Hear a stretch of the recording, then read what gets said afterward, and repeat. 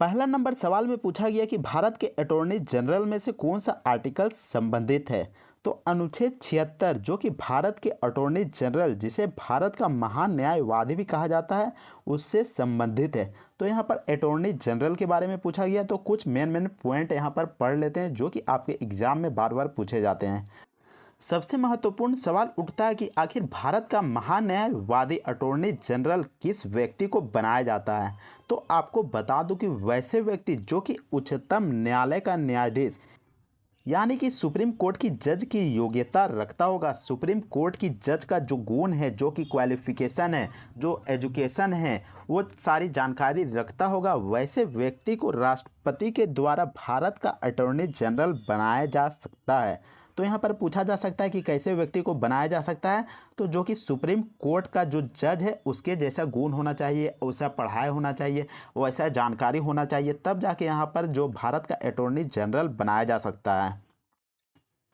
अब बात करें अटॉर्नी जनरल का क्या काम होता है। तो अटॉर्नी जनरल का काम होता है कानूनी विधि रूप से सहायता करना, जो केंद्र सरकार होता है उसका कानूनी विधि रूप से सहायता करना।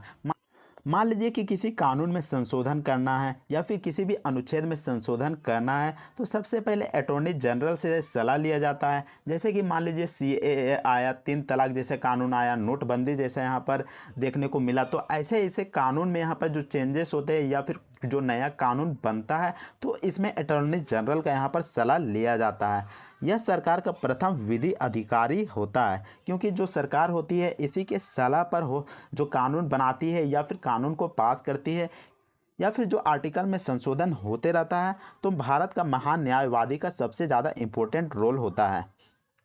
इसके अलावा भारत का अटॉर्नी जनरल किसी भी न्यायालय में मुकदमा लड़ सकता है, चाहे वो सरकार का मुकदमा हो या फिर निजी मुकदमा। कोई भी न्यायालय, चाहे वह सिविल कोर्ट हो या फिर हाई कोर्ट हो या फिर सुप्रीम कोर्ट हो, कहीं भी वह अपना मुकदमा लड़ सकता है। लेकिन यहाँ पर कंडीशन रखा गया है कि वो सरकार के विरुद्ध यहाँ पर जो मुकदमा होता है, वो केस जो होता है वो नहीं लड़ सकता है। मान लीजिए कि 2 आम आदमी के बीच किसी प्रकार का लड़ाई हो जाता है या फिर किसी प्रकार का मुकदमा दायर हो जाता है, तो जो भारत का अटॉर्नी जनरल है वो किसी एक व्यक्ति के पक्ष पर यहाँ पर केस लड़ सकता है। लेकिन प्रधानमंत्री या फिर कोई बड़े बड़े मंत्री होते हैं उसके खिलाफ यहाँ पर जो है केस नहीं लड़ सकता है। भारत का अटॉर्नी जनरल संसद का सदस्य नहीं होता है, लेकिन वह सदन में बोल सकता है, चाहे वह लोकसभा हो या फिर राज्यसभा, वह किसी भी सदन में यहाँ पर पार्टिसिपेट कर सकता है। जो कि वहाँ पर अनुच्छेद 88 में साफ साफ लिखा गया कि वह किसी भी संसद की कार्यवाही में भाग ले सकता है, लेकिन वह मतदान नहीं दे सकता है। तो यहाँ पर अनुच्छेद 88 में लिखा गया है। इसके अलावा अगर भारत का अटॉर्नी जनरल त्यागपत्र देना चाहता है तो वह राष्ट्रपति को दे सकता है। भारत के अटॉर्नी जनरल की कार्यकाल की बात की जाए तो कार्यकाल इसका यहाँ पर निश्चित नहीं तय किया गया है। अगर राष्ट्रपति चाहेगा तो इसे तुरंत हटा सकता है, या फिर राष्ट्रपति चाहेगा कि हम इसे नहीं हटाए तो राष्ट्रपति नहीं भी हटा सकता है। तो यहाँ पर राष्ट्रपति पर डिपेंड करता है कि जो भारत का अटॉर्नी जनरल है उसे उसके पद पर रहने दे या फिर नहीं। जैसा कि आपने देखा अनुच्छेद 76 के तहत भारत में अटॉर्नी जनरल का प्रावधान है, उसी तरह अनुच्छेद 165 के तहत राज्य सरकार को महाधिवक्ता दिया जाता है, ताकि राज्य सरकार अपना कानून बना सके और जो महाधिवक्ता रहता है उससे कानून बनाने या फिर जो कानून में किसी प्रकार का बदलाव या फिर कोई भी चीज़ होता है जो कि विधि होता है, कानून होता है, उसमें अगर किसी प्रकार का नया कानून लाया जाता है तो उससे यहाँ पर सलाह ले सकता है। तो अनुच्छेद 165 के तहत राज्य सरकार को महाधिवक्ता कानूनी रूप से यहाँ पर सहायता प्रदान करता है। भारत का वर्तमान अटॉर्नी जनरल R वेंकटर मणि है। तो अगर पूछा जाता है कि वर्तमान में अटॉर्नी जनरल कौन है भारत का, तो यहाँ पर R वेंकटर मणि जी हैं। अगला सवाल में देखते हैं, प्रसिद्ध नौचंदी मेला किस राज्य में लगाया जाता है। तो यहाँ पर मेला से रिलेटेड क्वेश्चन पूछा गया। तो यहाँ पर जो नौचंदी मेला लगाया जाता है वो उत्तर प्रदेश में लगाया जाता है, और यह मेला उत्तर प्रदेश राज्य के मेरठ शहर में प्रतिवर्ष लगता है, और यह मेला मेरठ की शान भी है।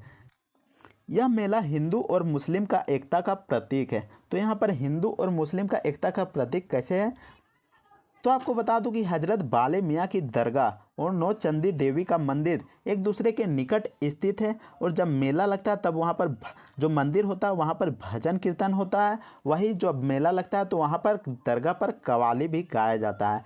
मेले के दौरान मंदिरों की घंटियाँ भी सुनाई देती हैं और मस्जिदों से अजान की आवाज़ भी सुनाई देती है। तो ऐसे में मेला यहाँ पर लगता है तो यहाँ पर हिंदू और मुसलमान दोनों ही अपना यहाँ पर इम्पोर्टेंट रोल अदा करते हैं। तो ऐसे में कह सकते हैं कि यह मेला हिंदू मुस्लिम एकता का प्रतीक है।